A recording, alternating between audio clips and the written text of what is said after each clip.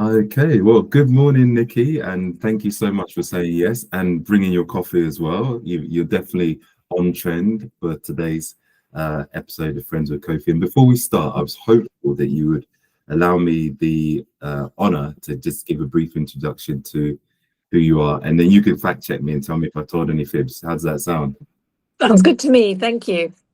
All right, great. So today's friend of Coffee with Kofi puts the human in human resources with a genuine passion for productivity, potential, and purpose.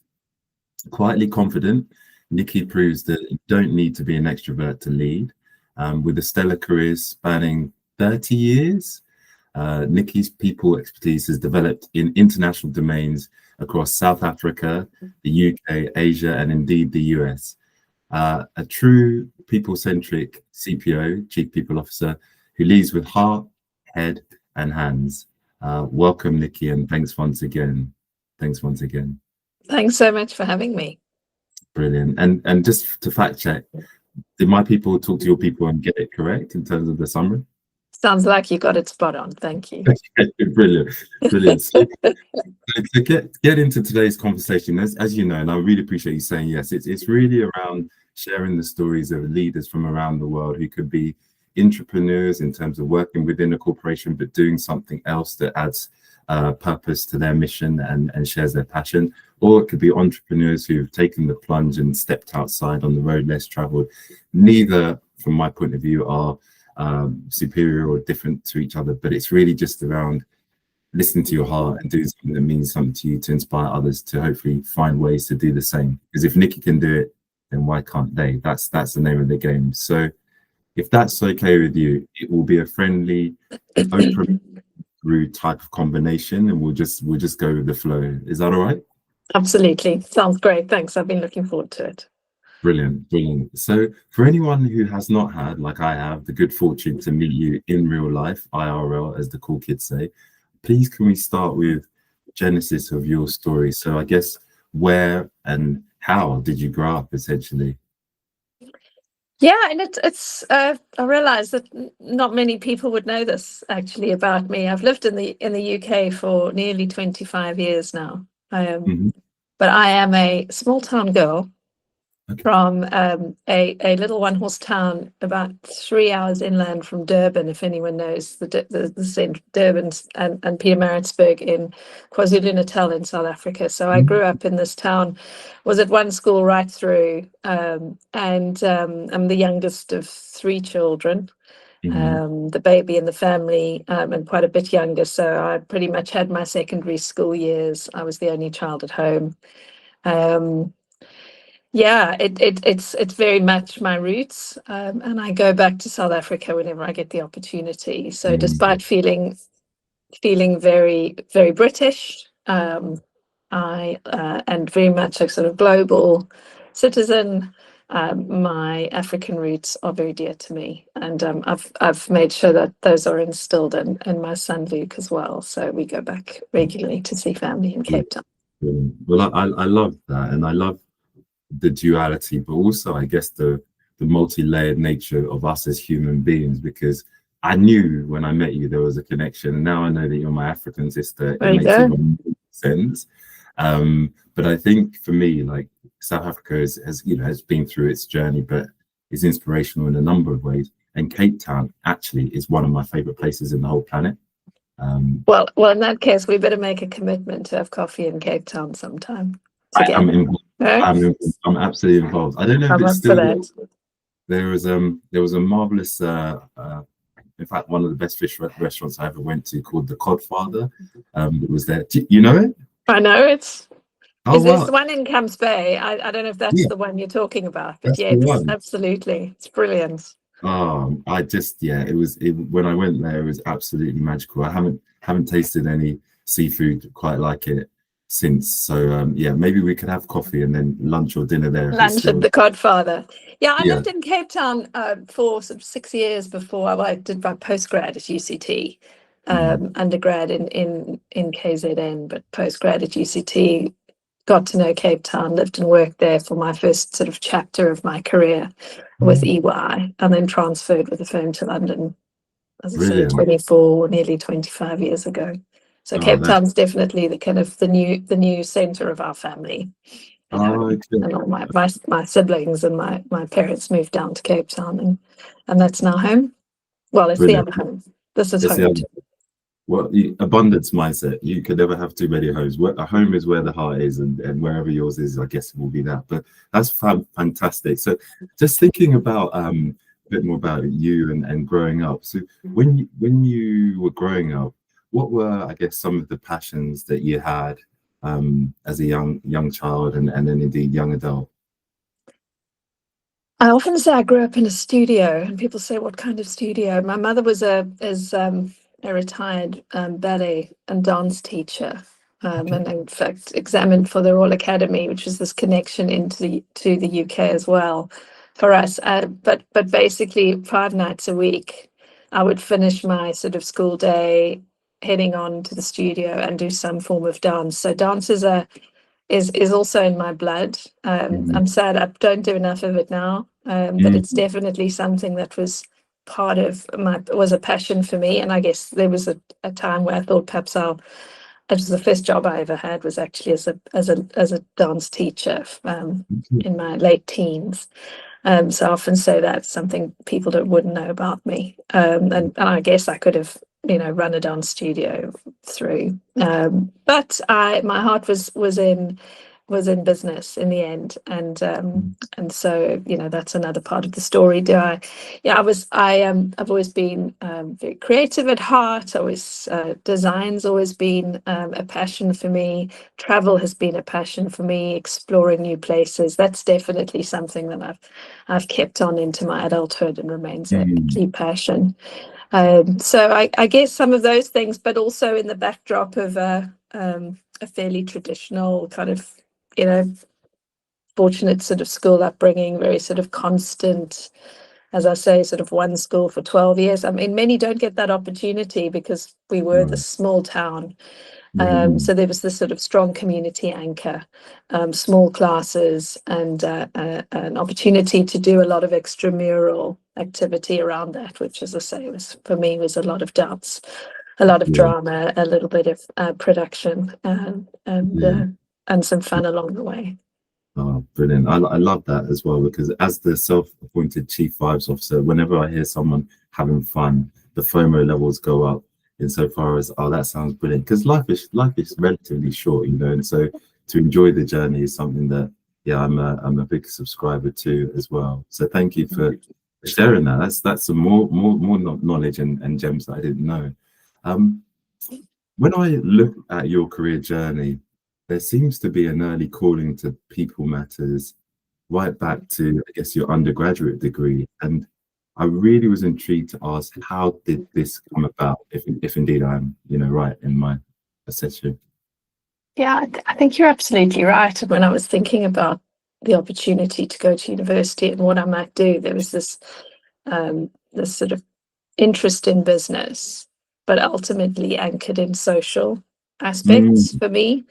The social science degree that I did for me brought that balance. So I knew I could do some commercial subjects, but I was really interested in psychology, what made people think, behavioral science, and the opportunity to do that balance, a bit of sociology, etc. So I was for me, it was the absolute, perfect degree to do, and lent into that, and quite quickly realized that the HR aspects of what I was learning, this ability to kind of understand what makes people think, and then to translate that into purpose, into roles, into responsibilities, into how those all come together to make business happen. It just really kind of ignited something in me. So then doing a postgrad in HR seemed the logical thing. It was also, as I said, it was the thing that got me to Cape Town in the first place. And then that was so it always felt, I'm in my space. I'm in a place where I can lean into my interest in people, but also my strong sense of community, and how that might translate into what ended up being largely corporate environments in my career, certainly for the first 20 odd years. That is wonderful. Just the way in which you you've kind of followed an interest in terms of the psychology and how people think, motivations, and then that's been overlaid or interspersed with the business side of things, and then quite nicely and quite neatly you found a role that allows you to be in touch with both of those things on a daily basis, I imagine. So that's fantastic. And in addition to that, you know, when I was doing my research, management and leadership, and I know they're distinct and different, but they also feature quite heavily too. And I'm always intrigued as to whether that comes naturally or not to people, because when I speak to people, they'll sort of say, well, I don't think I can be, or I've always wanted to be. And I just wondered where you sat on the spectrum of naturally thinking of yourself as a manager and then I guess a leader more recently. I think it's a really, really important question, because they sit alongside one another, don't they? They're so inherently connected, and yet the skills can be different, and they come together, I guess, as long as they come together in some form of authentic you as a manager and leader, or indeed as a more junior manager that grows into a leader. Ultimately needs to be about who you are and what you stand for, and authenticity we can talk about later. But it's interesting for me because actually I remember a very sort of pivotal time in my career being told by someone that I would never be a good manager, and I remember being quite a sort of taken aback and genuinely injured by the comment, because I saw myself kind of climbing a traditional corporate ladder, and that meant growing and from doing to starting to manage people and tasks and agendas to being more strategic, and ultimately to leading thinking and having broader impact. And so when he says you're just too nice. And I can remember where I was standing, who said it, how I experienced it. And I remember feeling like, well, that might be the end of my career, because actually my confidence took a huge knock. I was like, I really had to rationalize that statement over the years. I actually happened to see the person recently at a conference, and I just smiled to myself, because I thought, I really did prove you wrong, actually, that you can be, that you can be nice and still be effective. Now, of course, managers and leaders have to make difficult calls. We make difficult decisions every single day, and we dig deep into our values around or whatever it is that the way what informs our decisions, and the data at hand, and ultimately the right thing to do. But actually, I found that over the years that my leadership is signature, in a sense, is very grounded in kindness and in empathy, in giving people the benefit of the doubt, in trust, and in doing the right thing. And if that's all too nice to be effective, then well, I just think then, maybe management and leadership, well, we know it's evolved. We know command and control styles of tradition are less popular, less effective, certainly have their moment, have their purpose at times, for clarity, for, to be, we need courage, and we need, curiosity, and we need to be able to kind of lead dynamically, but we can do them. I think ultimately, as I said, they need to be true to you. So I'm glad I didn't trade who I was and what I stood for, as I kind of took a kind of back step and ultimately left that organization and went on to do other things, and find that actually my signature style was okay. I was going to be okay, and I was going to be able to grow. Yeah, and I think that's, for me, such a poignant point that you've made, because quite often we will adopt personas depending on what we think the role demands, certainly in the earlier parts of our careers. But I think when you talk about authenticity and being kind and warm and empathetic, I think that builds connections and trust like nothing else can, because you know how it is. You go to a function or something, you meet someone, and within a short period of time, you figured out there's something else going on here. There's a performative facade that you're interacting with, and you sort of one eye closed, head cocked, trying to figure out who are you, because who I'm seeing and who you're presented to be is different. And I think you're absolutely right. You know, there are times, for example, when leaders are in a crisis situation where a quick response is needed, and it must be, with the best knowledge I have, we need to go down this route and I need you to trust me and follow me. But at other times, I think the style that you have evolved works wonders. And I don't know if you know this, so I could tell this story, it's not in the plan, but do you remember when we first met? I do remember our first HR company connection. It was Christmas lunch? It was the Christmas lunch at the company, and from the first moment I met you, I felt that warmth. And a funny story that I'll tell as an aside. So I had no idea who you were, and the way in which you approached me didn't give me any idea of the station that you held with the company and the role that you have outside of the company. And so I just was just bantering, probably helped by a couple of glasses or 2 or 3 of red wine. And I remember it to this day, and it's actually one of the reasons why I decided to join, because when I found out who you are, I was like, how to make a first impression. But the way that you met me and welcomed me and were curious about, you know, what brought me there while I was taking pictures of all the portraits to send to my mum was something that stayed with me when I left the venue, because I was like, wow, if the leadership looks like this and is accessible and approachable, then I wonder what the rest of the company is like, which, you know, definitely want to come on to talk to. But a small aside, a little segue to just say, you are as you describe, thank you. So thank you for that. I was thinking with regards to leadership, some maybe on that journey where they're looking to progress. Particularly for me, I'm super passionate about helping people from the global majority and diasporas around that. Also women who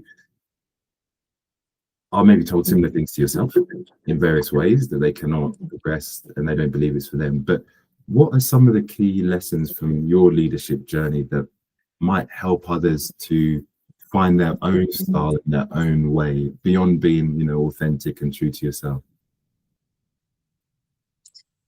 It's a great question. I mean, I authenticity is one of the A's I think about. The other one is agency. Okay. And I think there is something that certainly for me, part of my journey has been along the way, giving myself permission to make choices, to follow my heart and make choices that are right for me and the people around me. That agency, that sense of you do have the right to choose, you do have the right to go into the space. When I first joined the HR company, in fact, when I first connected, shall I say, with the company of HR professionals, I didn't connect with the people I didn't connect at the time. It's absolutely no reflection on our past masters specifically. It was perhaps just a place and a time, and I didn't have somebody that I could connect straight into immediately that would have helped me feel a little bit more welcome, but I didn't recognize myself in that. Now, I think with hindsight, I had the agency to find my way in there. You've had the agency to connect with this network, and you've made it. You know, you've said, I can. You know, this is my right to be a part of this conversation. And we can talk later about how I kind of, you know, then came back and found the purpose of the company later on, through 2-3 years later. But there's something about this right to choose that's core to me and my leadership style, and trying to empower people to go after what they believe in and what they stand for. you know, making a decision to have a child on my own, which I did at 40, was something that was my kind of agency that I guess I tapped into, and self-belief. And there are many days where I'm absolutely not, you know, the confident me that might come across. I overthink things. I'm very critical of myself, hypercritical of myself. And I give myself a hard time behind the scenes, but with maturity and time, I've got more comfortable in my skin, and try to exercise that agency, as a woman, as a mom, as a leader walking into business environments that I don't feel comfortable in. I maybe don't feel like I fit. Going, hang on, that there's more to this. See this in a different way. So that's one of the A's that I think about. The advocacy. My third is I often think about advocacy. So authenticity and agency, and allyship and advocacy is also probably part of my journey and as a leader. And that I would say to all is it's part of that broader network that we all connect in the sense of community. We don't do life alone. And connections are absolutely critical. And I talk about, you know, I love stories about the values of handshakes and connection, literally physically and metaphorically, how we connect as humans together to create community and connection. And as you say, trust is an output of that. But allyship and advocacy is so important. And I wouldn't be where I am today if it wasn't for advocates of me, people giving me my first opportunity, to believing in me, seeing something that I didn't even believe in the moment, to say, come on, you can do the big job that I had in the bank that I'm in still, you know, still now. Was at a point where I was kind of, do I stay or do I go? Is this my place? And somebody going, hey, we're gonna give you an opportunity. We think it's in you. And it caught me completely left field. I hadn't even seen it coming. That they said, you can do this bigger job. And I wouldn't be where I am today if that CEO at that moment didn't give me an opportunity that I didn't, as I say, I never even thought that I was worthy of. So there's allyship. There's that too. That's a lesson, I think, besides all the other things that we've learned about what effective leadership looks like, and you know what the theory says, and what putting that into practice. They sort of personal tenets for me, and I try and keep them close to as my sort of reference manual, because they're important. They mean something to me.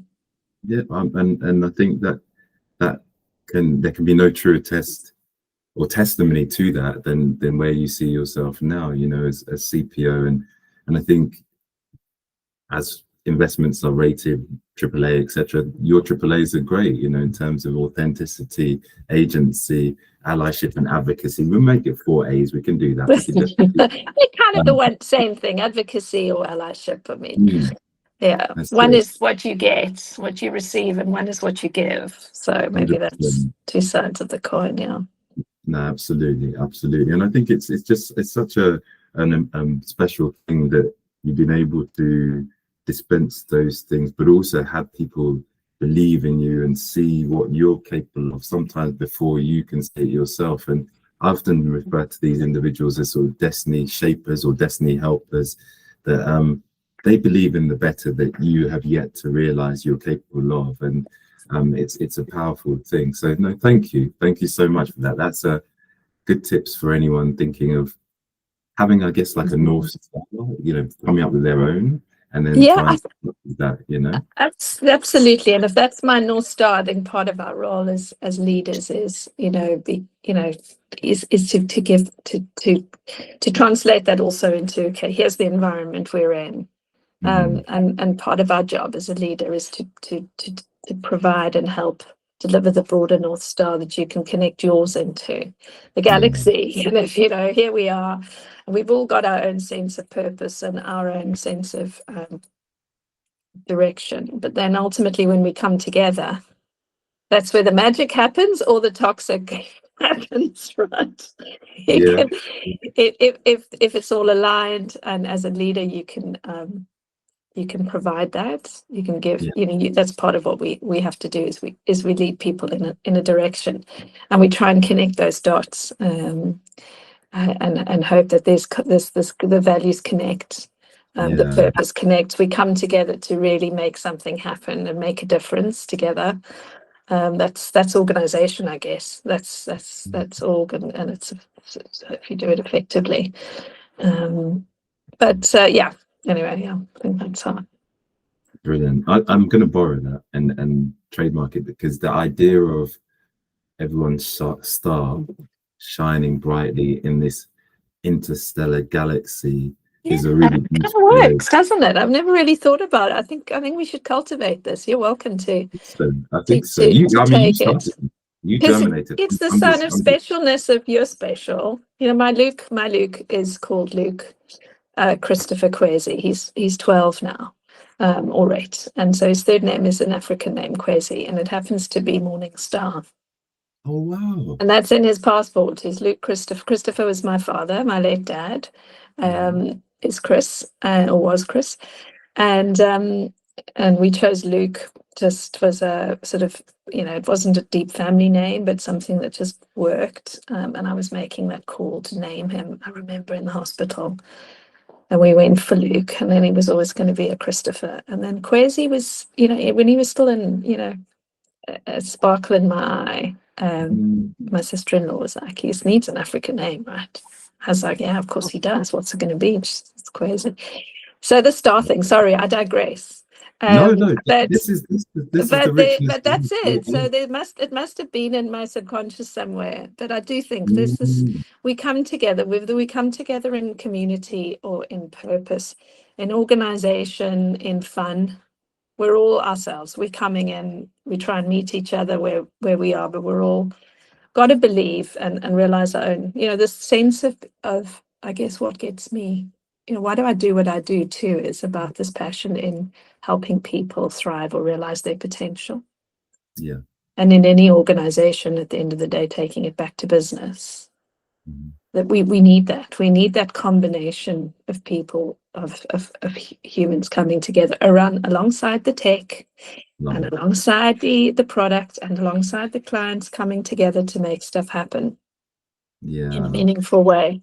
But the hardest thing is the human side, because it's unpredictable, and it's real, and it's very personal, and everyone comes in every day from a different place, and they've got different things going on, and managing people and intergenerationally, as we know, is a challenge and an opportunity. It's and supporting people through key stages in their lives, when that just sort of is there's this constant, but ultimately all to get the best out of people and support them to be the best versions of themselves that they can be, while still earning a living, making a difference, supporting the people around them. It's this sort of, Well, I digress again, sorry.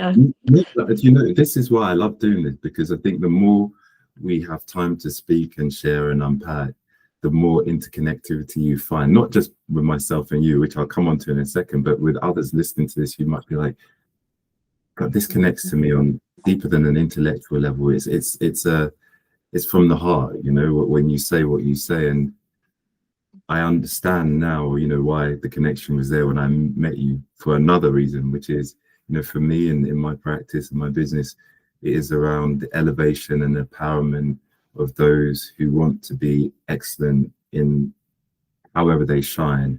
And the tie back to that, usually if I'm talking to a corporate client, is to improve performance. Like, if someone is grounded, centered, and is able to bring, to your word, authenticity to their role and contribute innovatively, performance can only go up if all the other factors are in place, as we know, feeling that you belong, feeling that your voice will be heard, etc., etc. When you say that, like, God, I believe in the same thing, and maybe I do one of these one day when I think about why I got into HR in the first place. But your sharing is really organic and great, because it does really center, you your thoughts, and connects it to the why of what you do, which is all of what this is about. So,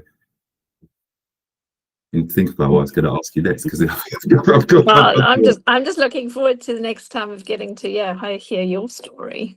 Yeah, well, we will. But this is not about me. This is about sharing yours. But we definitely will. We'll catch up. But in terms of the flip side of the coin, because I guess we've talked about the sort of growth journey and finding your calling.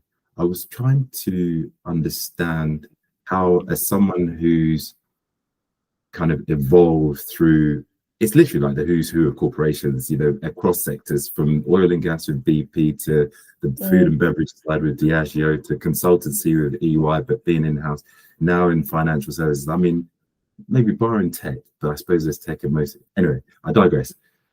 What have been your guiding principles when you've gone to take up a new opportunity? Because I guess, in this current climate, there are challenges around technology coming through, people getting displaced and trying to find a new home for their talents. And so I was really interested just to delve into, when you've come to choose the next organization you go to, what have been some of the decision-making principles, if you will, that you've used to make that choice? Yeah, it's a great question. You often think, what's led you to even look or be open to moving in the first place, and often what are the sort of push and pull factors at any point in time. And for me, it has been about the people. It has been about the opportunity. I've been in my last role for a long time, but I keep thinking about it as being very different chapters, because it's been a very different organization over time. I think that it's all about growth. And I don't think it's as simple as saying, oh, well, you people, that term that people leave people, they don't leave organizations, they leave managers and things. That's not always the case. I've actually, one principle has always been, don't burn your bridges. Cool. Obviously, if you've been wronged in some way and it's, you genuinely can't stand for it, then, you deal that in whatever way is appropriate. I believe that it's a small world, and whilst still being true to your values, keeping your bridges and your broader network clear of stuff. And there are times where I reflect on my career where I wish I'd had more conversations to clear the air around certain things that you don't. But so be bold to clear the air. Don't burn your bridges. It's a small world. Treat people with respect and dignity, because it follows you. And look for the same in your next opportunity. And each of my roles through these corporates, which have been part of the reason. I mean, I came from Cape Town. I was coming for 2 years on an assignment, and here I am 25 years later, and you may have a similar story, but I was always going back. And yet each business opportunity gave me the chance to grow professionally, to pursue a passion of travel, and the opportunity just and just felt like I was in the right place at the right time. And that's a real privilege to do that. And there are moments where I haven't felt that. And if you don't feel that, maybe that's part of the catalyst for pursuing something new. And going, actually, no, I don't need to stand for that particular management style, or I don't really like where this particular story is going in the organization, or actually, I owe myself a new challenge. Sometimes it can just be that. It doesn't, it's not always the push, as I say. Sometimes it's the pull. And when you get the opportunity for the pull, you then land in a new environment. And I would say it's the most brilliant opportunity for a reboot. Yeah. You don't quite get that, besides the opportunity to decompress between two jobs. And I always say take as much time as you can, and a week is not enough. You never get the chance to leave one set of tasks behind before you've assumed a new set of tasks and responsibilities in a professional sense. Obviously, in a personal sense, those are blurred lines. They always are. There's never a start and a finish. They just It's But ongoing. professionally, it's an amazing opportunity to just decompress. And then once you start, you get vested in a new role. You get this chance to be something that people don't know you. People, Mm, that first impression. I mean, it's not the reason I moved. I never had to kind of erase something and start again. But isn't it a lovely opportunity to kind of start fresh with a new set of stakeholders, and to think about what you've learned about yourself since the last time you moved, and think, actually, I'm going to handle that a little bit differently in that growth mindset way. Is actually, no, I'm going to be, what is what is the impression I want to give on my first mm, day, in my first week, in my first 90 days? And for me, inevitably, it goes back then to how I connect. And again, that sort of physical handshake. I mean, it's little things, those little first impressions where you reach out to somebody, that you kind of can't see. You make some friends. mm. And I've never, those lines are not massively blurred for me. Unfortunately, in HR, you don't. The further up you get in an organization, it's actually, you need a sense of independence, and unfortunately some lines in a way between yourself and colleagues, because you're Yeah. very often you're wearing different hats at all times. As it happens, I've got some wonderful friends in my life that I've made who were colleagues once and are now Mm. friends. But it's a tricky line when you're in an organization too. You It can't just is. be everybody's buddy doing in HR. Unfortunately, it's just one of the No. flip sides. It's a shadow of what we do. You might just find yourself in a situation where you need more you just need to be more objective in that situation. Anyway, we manage for conflicts all the time, but you do get this chance to kind of reconnect and make an impression and set out your stall. And that's there's something in that in moving from place to Yeah. place.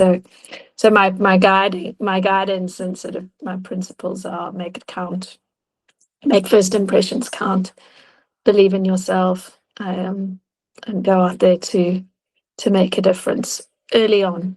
Make an Yeah. impression. That's brilliant. Brilliant, brilliant advice. And I think what resonates the deepest for me is the piece around you get that chance to reinvent or reboot yourself, because you may, for example, have felt, I wasn't as broad in my approaches or as strategic in my thinking or as assertive as I might want to have been. And Exactly. when you come up in an organization and have, I guess, been seen in a certain way, you may have progressed faster than the organization, but to try and push past the barriers of, oh yeah, but this is how you've operated, it's quite hard. So having that fresh start is super powerful. And thank you. So actually, just to sort of build on that, how has the role played, because you touched on it a little bit, but how has the role played by HR, human resources, changed over your 30-year career? I know this could be a long one, but if I could ask you for like an espresso shot overview, what would you sort of share? Yeah, I mean, I do say to people thinking about getting into the profession, and obviously we're at quite an inflection point with technology and digital, and that's what is the future of work, and our role in HR, and really kind of thinking about what our manifesto is as a profession. And I've done some thinking recently with other peers around this, but that's for another day. But I think the profession is still, I would still say, still a brilliant career for the right person at the right, at the right time, if they've got a passion for not just making a difference in people and organizations, but particularly to kind of help people realize their potential and that nature coming together. I think HR has become it's in the 30 years, it's gone literally from practice to strategy. It's gone from sort of admin and operations to advisory and strategy. And if you can, particularly if it's something that organizations see and value, then how, much more strategic is that, then has a commercial impact. So I think HR is far more commercial, and that brings with it responsibility at the same time as us actually being able to think about performance in a very commercial way. And it's not just actually the money, because you're in the not-for-profit, third sector. It's as important that you've got the right people doing the right things in the right roles at the right time.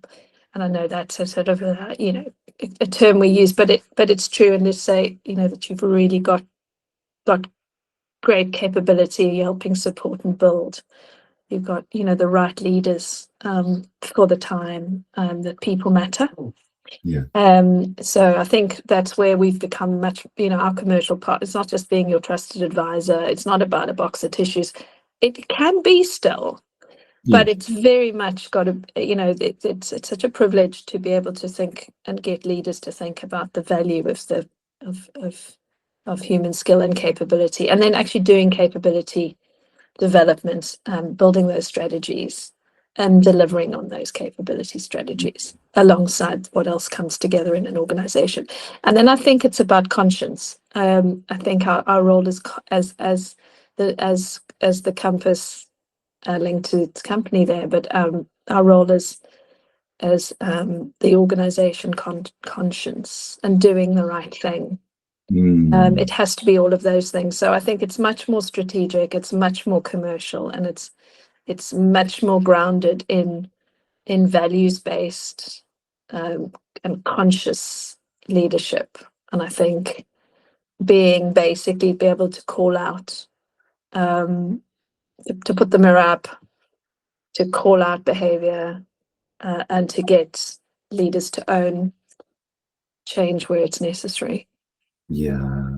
This is so beautiful, and I think as I distill all of it, I see the role of HR as the glue that bonds the culture and the people.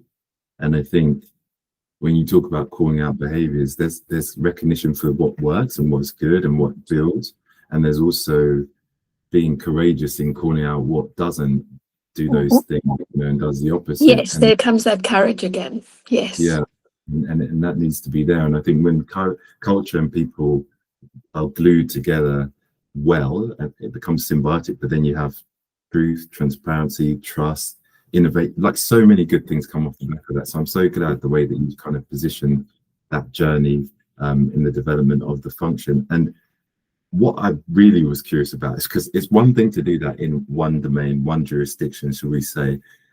What is the most challenging part about being a leader? So a CPO in an organization that specializes in frontier and emerging markets, where there are different power distance dynamics. If we're looking at Hofstede, different cultural norms. Yeah. You need to somehow you need to herd the cats, not to say that they're running amok, but just to herd the cats in the similar directions. What's the most challenging part, or the most challenging parts about that for you? Yeah, it really is. I mean, I love a matrix context. I actually find that, it's a particular challenge. I love the idea of finding the common in a matrix context, and you've got a kind of global policy to make it kind of just real and practical. You've let alone sort of global strategy and getting business done. You've got a global policy, and how does that resonate in at any point in time in Johannesburg, New York, Shanghai, Singapore, and London? How are we going to get the ethos and the essence of what we're trying to achieve here across, but in a local way that makes sense? And it is one of the biggest challenges, and it shows how you've got to work, in my mind, really hard in culture and people strategy, and finding what's common, and then making something that resonate locally, and finding that piece, so that people do still feel empowered, and that what they're doing is true to them and resonates within their context. It's all about context, and local context versus global value. And I don't think you can over manage global. So you've got to really choose your 2 or 3 things that's going to be the glue at the global level, And then because little systems, that concept of self-organizing systems, ants and termites that just kind of know what to do. And that, I mean, this is old theory, Margaret Wheatley stuff that goes back 20, 30 years, was like the Holy Grail when I first learned about it in the early stages of my career, because it was all about relationships and information. And the relationships output is trust. And if there's information flowing, then people will, if you've got context, then people will know what to do. You've got to empower people through information and through trust and through and knowing that at the nodes of decisions, that decisions get made, locally. Yes, big decisions have to be made by boards and executive committees and the big calls, but actually where the work gets done is where the real value sits, and it can either go really right or really wrong. There's something about that devolved sort of power and democracy and kind of people feeling in charge of what they're doing and like making a difference, but they're all ultimately organized in a system that's moving in the same direction.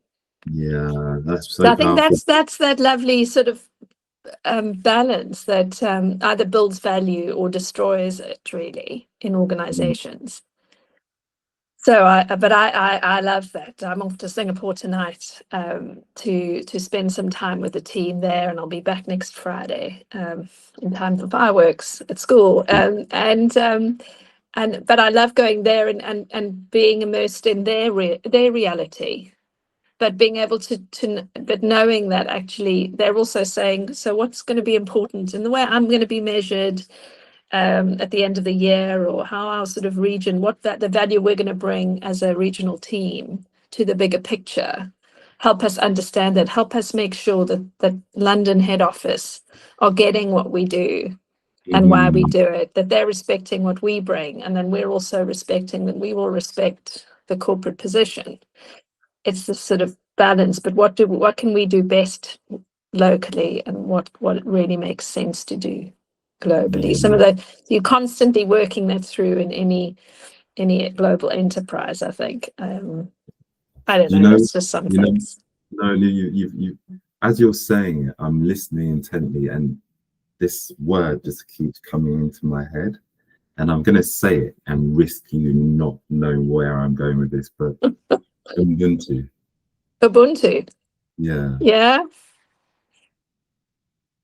Yeah, there's something in that, and maybe it's because it sits in my core. And I'm going to have to think specifically about the actual definition, but forgive me if I've got this wrong, but it's about what we all bring, and it's also about being where you're at, is it right? And then also what we are collectively. Yeah, so if I've got this right, and I think it's a blend. I think it is I am because we are. We are, yes. And then as you talked about that, it just kept, and coming from your heritage, it just spoke to me as something that talks about that collective power, but then operating on that individualistic basis to achieve, the micro level, what you need to, because we then are greater than the sum of our parts. Yes, the sum of it, exactly. And I love that concept. It's so important. Yeah, indeed. Now, we need to do a part 2, because I haven't even got into what is it like to work for a South African joint venture with a Chinese bank and all of that fun that really happened. Now I'm looking at the time for the first time. Where are we? Now we could still for a short while, but you're right. There's lots more. We could go down all sorts of different holes here. I tell you. So 100%. We will, if the time allows, when you're back and in the new year, we can catch up and see where you are. But I think it'd be really remiss of me not to pay reference to obviously where we met and how we got to know one another, and that being the company of HR professionals. And for me, I'd love to know what led you to get involved in it and stay with it, because I think you said earlier on, and I hadn't forgotten, that when you first got there, not to say anything about possible, it just didn't feel like the place it was, but what brought you to it? And I suppose building on that, it'd be great to share some of the highlights of your tenure as just very recent past master of Yeah. the brilliant organization that it is, really. Well, it is. It's something that I would never have said, as I say, sort of 6-7 years ago when I first it first came onto my radar. I was invited to a dinner, and as I said, I was kind of, okay, I'm not quite sure what this is all about. But somehow I stayed on the in the database and the network of the company. And Annette Andrews was the master in the COVID year, and of course COVID lasted more than a year. But hers straddled the kind of most significant, extreme part of that pandemic response.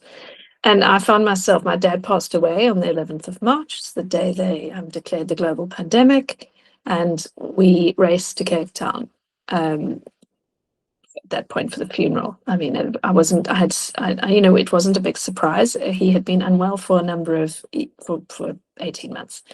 So it was kind of a conclusion of something. But as it happened, the borders were closing, and we went knowing that we weren't quite sure what was good. We weren't quite sure what it would mean. But I upsticked with, packed a bag quickly with Gary, my partner, and Luke, and off we went to Cape Town for a funeral that in the end never happened because the borders shut, and South Africa, like the rest of the world, went into lockdown.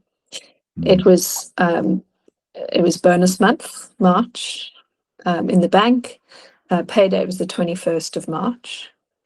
And we always say it's never done till the money's in the bank. That sort of big annual review cycle that comes together is ultimately, until that kind of final point, our duties aren't fully discharged.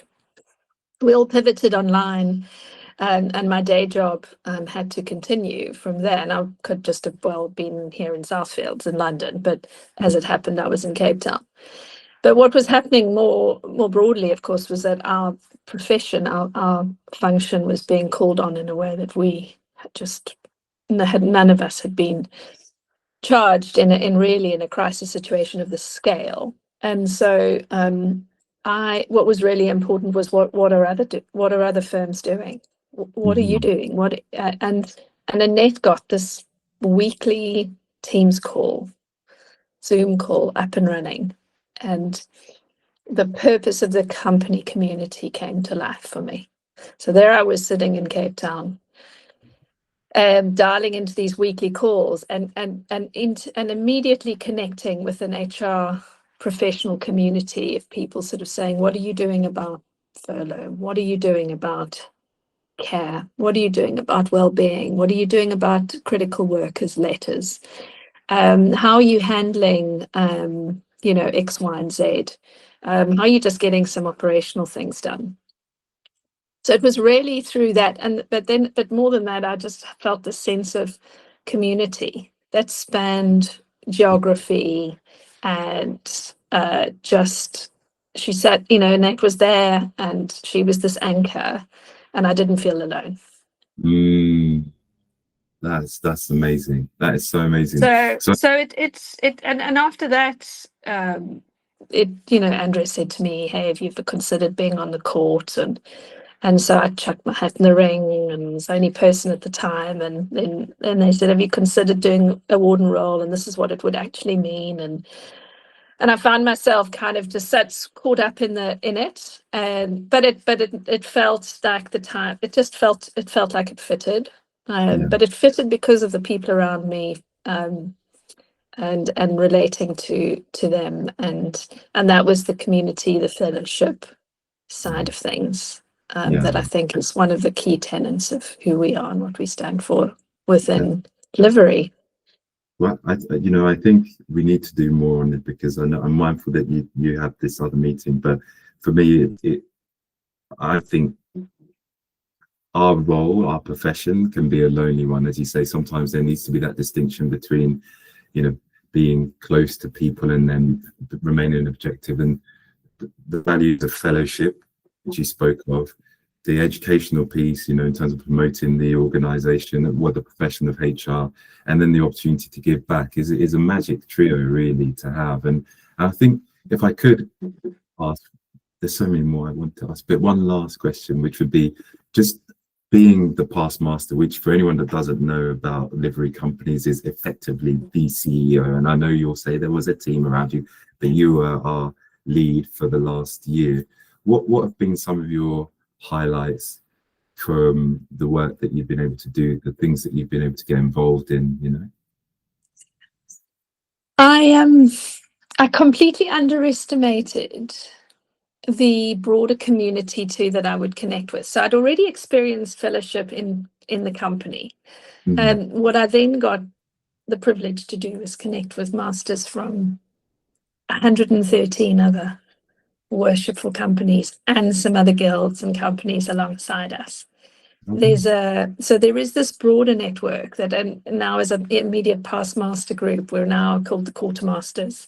And the idea is that we actually as a group can continue to connect. And I hear stories of recently of quartermasters of similar cohorts literally supporting one another into their 70s and 80s and 90s. I mean, who knows if ours will stick? But it's an interesting. So there's been this business network around it. I've had newfound insight into the role that livery play. You know, over 80 million pounds worth of charity that goes through the city, livery organizations. There's something in that. And yes, of course, you go into each company and everybody sort of stands for something slightly different, but there is this golden thread, and that connects. And the highlight so one of the highlights then for me is just literally every dinner you go to, you're sitting down next to somebody between two people that you would never have had the opportunity to meet. And I really want to try and sort of make sure that there are some connections there that were just really kind of just ignited something in each of us. And you know, my challenge to myself is to try and find the time to keep up with some of these people, seeing places that I would never have had the opportunity to see, that were under our noses in the city, and I just never really realized they were there. So real highlights there, but also just pushing myself out of my comfort zone. I might have looked very comfy in that role at times, because it felt authentically right. I felt in the right place at the right time, but I equally was pushed. I was pushing myself in my own leadership development, because we started this conversation, you talked about introversion. I am an I. I'm much more of an I than an E. And I realized for the first time in my life how much energy that interface took from me over and above my day job, where we spend a lot of time talking. It's all about connecting with people and your team, and being there for your team, and being there for your CEO, and being there for your C-suite. And then I was having to be there for a lot of other people and I would get home at the end of the week and literally be absolutely drained. In a way that I'm reminded myself of the importance of investing in our resilience and our well-being and our own self-care, and because actually it was taking a lot of energy. I'd still say it's worth it 100 times. We're on this exciting journey to be a worshipful company. All credit to past masters who are driving that agenda right now, and I just want to do what I can to support the company sort of realizing itself as a profession that will stand alongside 113 other worshipful company professions, stand the test of time, be around in 100 years, 1,000 years time. Wouldn't that be brilliant testimony to the vision of our founding masters, but also to the profession and what it stands for? Oh, it absolutely would be. And for me, you've kind of brought the conversation wonderfully full circle in terms of when I started it, it was around people that had heeded the call to pivot on something that was passionate and purposeful to them. And we started with people and we've ended with people. But I think beyond that, what I've taken away from it is your desire to leave something of a legacy that stands the test of time long before you and I are gone. We'll have to do our Pigtown Coffee and Codfather trip, but way after we're gone, they'll know that Nicki was definitely there. So gutted that we've got to go, but thank you so much for just being so real and sharing for the stories of your heart and your career journey with me today. I'm sure lots of people are going to find this really inspiring and insightful, because being in leadership is not easy. Being a woman in leadership is certainly not easy. Doing it internationally cannot be easy, but how you blended all of that together, I think has really come through, and I'm going to be watching it with interest. Thank you. It's been a pleasure, and to connect with you too today. Get to know you a little bit more and what we have in common. Look forward to much more. Thank you. 100%. Well, good luck with the rest of the day and travels, and we'll see each Happy other. Halloween. I could have come in a set of horns or something, shouldn't I? I mean, now I missed the opportunity. Look at us. Where are we? You might need it. I don't need it. It's scary enough. So this is me. Trick or treaters beware. But thank you so much, and safe travels. Thank you so much. Have a brilliant weekend. Cheers, guys. Lovely to chat. You too. Bye-bye.